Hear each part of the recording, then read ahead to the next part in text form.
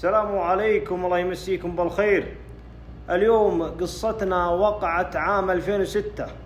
قصة بشعة جدا صارت على عامل باكستاني، سطو مسلح وسرقة وقتل، ومن بشاعة القضية تدخل فيها الأمير نايف رحمه الله.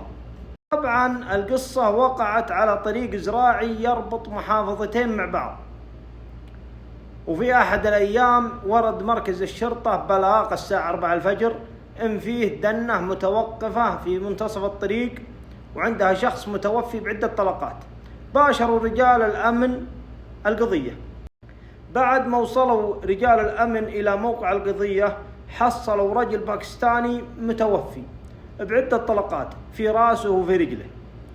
المهم بعد التحري والبحث ما حصلوا أي أثر يثبت إن هناك فاعل للقضية هذه، لأن الأشخاص اللي قاموا بالجريمة نظفوا منطقة الجريمة من كل شيء حتى من فوارغ الرصاص، وكان الطريق تحت الإنشاء ولا يوجد فيه كاميرات هاك الوقت، ولا يوجد فيه حتى تحديد شرائح لأن ما فيها أبراج اتصال.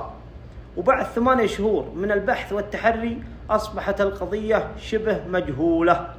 قاموا باستدعاء ضابط من أحد المناطق كانت رتبته نقيب هاك الوقت، ولكن من أذكى وأدهى الضباط. أول ما استلم ملف القضية عمم على جميع المراكز اللي حوله أي قضية تجيكم أعطوني خبر فيها. وبعد مدة جاهم خبر على قضية معينة إن فيه شاب عمره 21 سنة في حالة سكر ومصاب بطلقة نارية. أول ما بلغ الضابط بالموضوع ذا دق سلف وتوجه يم المستشفى. أول ما دخل على الشاب لقاه في حالة سكر ومصاب ويقول نصبوا علي واخذوا فلوسي. الضابط هنا استغل حالته اللي كان فيها وقام يستدرجه وقال له من هالكلام أنا اللي بجيب حقك ولا لك هم وابشر بسعادك، بس كم كان حقك؟ قال حقي 15,200 ريال. الضابط دارس ملف قضية الباكستاني صح، ويعرف انه راجع من منطقة باعن فيها اعلاف ومعه تقريبا من 20 إلى 15,000. هنا الضابط وجه سؤال للشاب قال له طيب ليش طلقة في الفخذ وطلقتين في الراس؟ قال له الشاب وكان في حال السكر، الشاب يعني هدري ما يدري ايش يقول، قال انا اول من رمى الباكستاني ويوم انه طاح سرقناه ومشينا. يقول في منتصف الطريق قالوا عيال عمي خلينا الباكستاني في الحالة هذه وليل وما عنده أحد، خلونا نرجع ونريحه مرة. يقول فعلا رجعنا ونزل ولد عمي واطلق عليه طلقتين في الراس إلين عرف أنه توفى، دقينا سلف ومشينا. يقول بعد قضية الباكستاني ب8 شهور صار بيني وبين عيال عمي الإخوان الاثنين هذولا خلاف.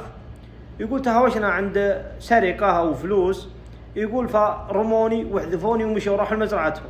قال له الضابط تعرف مزرعتهم وين؟ قال نعم. دلهم على المزرعة، راحوا داهموهم مسكوهم لقوهم في حالة سكر. بعد ما مسكوهم وصحوا واجهوهم بالأدلة واعتراف ولد عمهم، قالوا نعم وجميع الشاحنات اللي في الخط هذه يقول كنا نسرقها. يقول ولا نتعرض السيارة للحملة، يقول لنا محملة أكيد ما معي فلوس. يقول إذا نزل الحملة ورجع يقول نوقفه ونسطوا عليه وناخذ الفلوس اللي معه. قال لهم الضابط عدوا لي القضية حقت الباكستاني هذه بالتفصيل، هلوها على الضابط كامل. قالوا بعد ما نزل الباكستاني حملته ورجع يقول جينا جنبه في الخط نمشي على سيارتنا جنبه وشرنا له إن الكفرة بمنشر. يقول صدق ووقف على طول. يقول أول ما نزل أطلقنا النار على فخذه وفتشناه ما لقينا معي شيء، فتشنا السيارة ولقينا المبلغ المذكور فيها. يقول مشينا، أول ما مشينا يقول ندمنا ورجعنا أطلقنا طلقتين على رأسه لين توفى وتم تصديق أقوالهم وتم الحكم عليهم بالقصاص جميعا. لكن القضية هنا ما انتهت. قاموا آباء الشباب المحكوم عليهم بالقصاص يبحثون عن إسرة الباكستاني للتنازل أما بدياه ولا لوجه الله.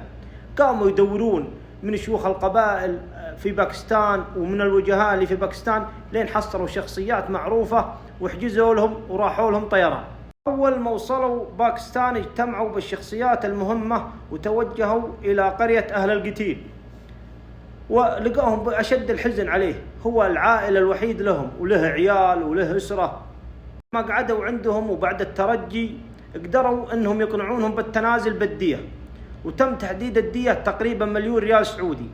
أخذوا الأشخاص المعنيين بالدم وتوجهوا للسعودية للتوقيع والتنازل، وبعد التنازل والتوقيع رفعوا القضية إلى وزارة الداخلية، وكان وزير الداخلية هاك الوقت الأمير نايف بن عبد العزيز الله يرحمه، واطلع على القضية بالكامل. عرف الأمير نايف الله يرحمه أنه هو العائل الوحيد لأهله، وان تم خداع الباكستاني وقتله، بعد ما استأمن فيهم اقتلوه، فرفض التنازل. قال إذا هلا متخلين عن دمه الشرع ما يتخلى، القتل هذا قتل غيلة، يتم خداع مسلم بالطريقة هذه وقتله.